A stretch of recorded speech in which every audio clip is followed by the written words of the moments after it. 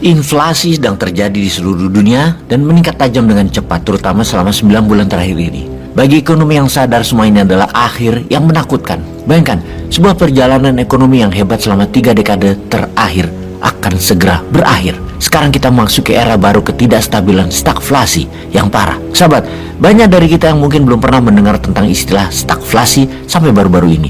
Bahkan Anda mungkin jarang mendengar kata inflasi, kenaikan harga seperti keadaan di pasar-pasar tradisional seperti saat ini, kecuali di buku pelajaran sekolah yang teori saja. Untuk waktu yang lama hingga tahun 2021, sejak akhir tahun 70-an, inflasi, kenaikan harga dari tahun ke tahun, berada di bawah target Bank Sentral negara maju sebesar 2%. Selama 3 dekade, ekonomi dunia terkendali. Sekarang dunia sedang dihadapkan dengan stagflasi yang persisten, resesi dengan inflasi tinggi. Winter is coming.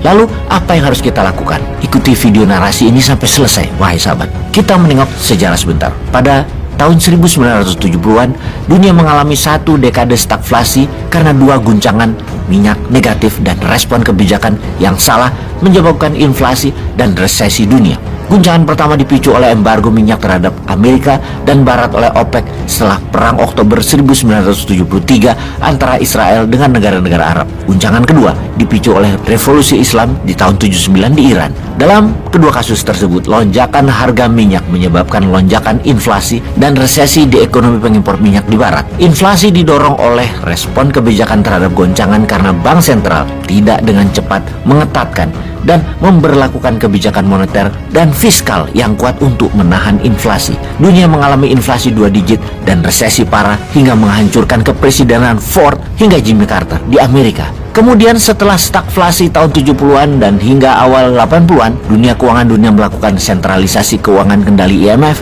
dan strategi kendali suku bunga yang sukses yang dicirikan oleh inflasi yang rendah di negara-negara maju, pertumbuhan ekonomi yang relatif stabil dan kuat dengan resesi yang pendek diatasi dengan permainan uang mudah atau quantitative easing dan uang ketat dalam quantitative tightening. Strategi keuangan memainkan bunga dan uang beredar tadi mulai retak ketika krisis keuangan di Amerika dan sebagian dunia di tahun 2008. Belum pulih seutuhnya, terjadi peningkatan tajam masalah keuangan dunia di tahun 2017 dengan perang dagang Amerika-Tiongkok. Kemudian pecah juga menjadi krisis keuangan dunia yang kemudian menjadi resesi ketika COVID di tahun 2000 dan kemudian saat ini meledak dengan perang Rusia di Ukraina. Suhu ekonomi dunia kali ini berbeda. Inflasi yang meningkat sejak tahun 2021 menimbulkan banyak pertanyaan serius dan penting bermunculan, diperdebatkan oleh para ekonom, para pembuat kebijakan, dan para investor. Apa sifat inflasi kali ini? Seberapa panjang periodenya? Apa kebijakan yang tepat yang harus dilakukan karena semua yang selama 30 tahun dilakukan, memainkan uang beredar,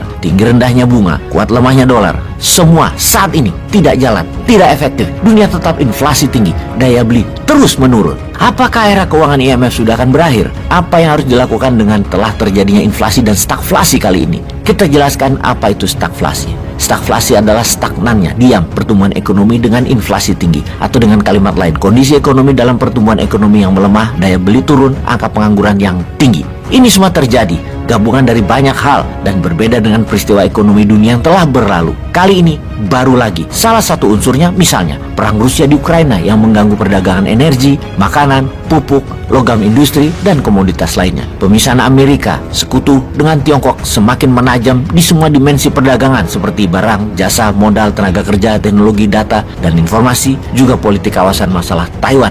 Ditambah lagi OPEC Plus memainkan harga minyak untuk selalu tinggi. Apa yang dilakukan Amerika kemudian ternyata tidak membuat ekonomi lebih baik dengan strategi menaikkan suku bunga dolar. Dolar karenanya telah sepenuhnya dipersenjatai untuk tujuan strategis dan keamanan nasional Amerika, bukan untuk menyelesaikan masalah dunia. Posisi dolar sebagai mata uang global utama mulai menurun. Sistem perdagangan dunia juga rusak parah karena sanksi ekonomi terhadap Rusia meningkatkan biaya transaksi perdagangan ke nilai yang tidak pernah terbayangkan sebelumnya. Jadi seperti tahun 70-an, keadaan saat ini di tahun 2022 sama, guncangan negatif yang terus-menerus dan berpeluang menghasilkan stagflasi. Selain itu, rasio hutang yang tinggi akan menciptakan kondisi krisis utang yang tidak stabil, yaitu yang terburuk dari tahun 70-an dan yang terburuk dari periode pasca krisis keuangan global. 5 tahun ke depan mungkin merupakan krisis utang stagflasi yang belum pernah kita lihat sebelumnya. Jadi apa yang harus kita lakukan untuk menghadapi tahun kegelapan 2023? Ada 8 hal yang harus Anda lakukan sekarang. 1. Cash is king.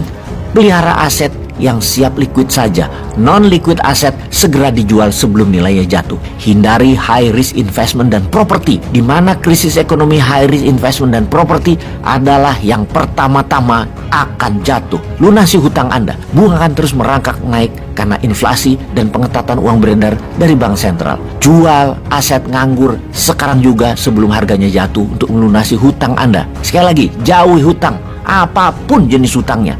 Kemudian tabunglah sekarang sebanyak mungkin kebutuhan Anda dan keluarga selama 1 tahun. Anda tidak akan tahu seberapa lama winter kali ini. Pada krisis 2023 kali ini, pengamat ekonomi memperkirakan setidaknya minimum 3 tahun untuk recovery penyembuhan ekonominya.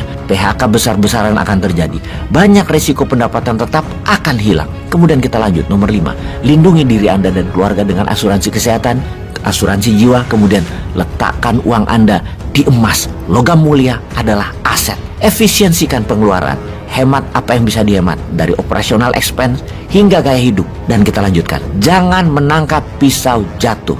Don't ever catch the falling knife. Akan mulai bermunculan aset-aset murah karena owner-owner pada butuh uang, atau harga saham murah, juga harga kripto yang lagi turun. Jangan tergoda karena tidak bisa diprediksi seberapa dalam jurang kejatuhan harga-harga aset tersebut, dan sulit untuk memprediksi kapan harga aset tersebut akan naik lagi. Jangan rakus sahabat. Terakhir, jaga kesehatan psikologi dan biologi Anda. Salam sehat 2024.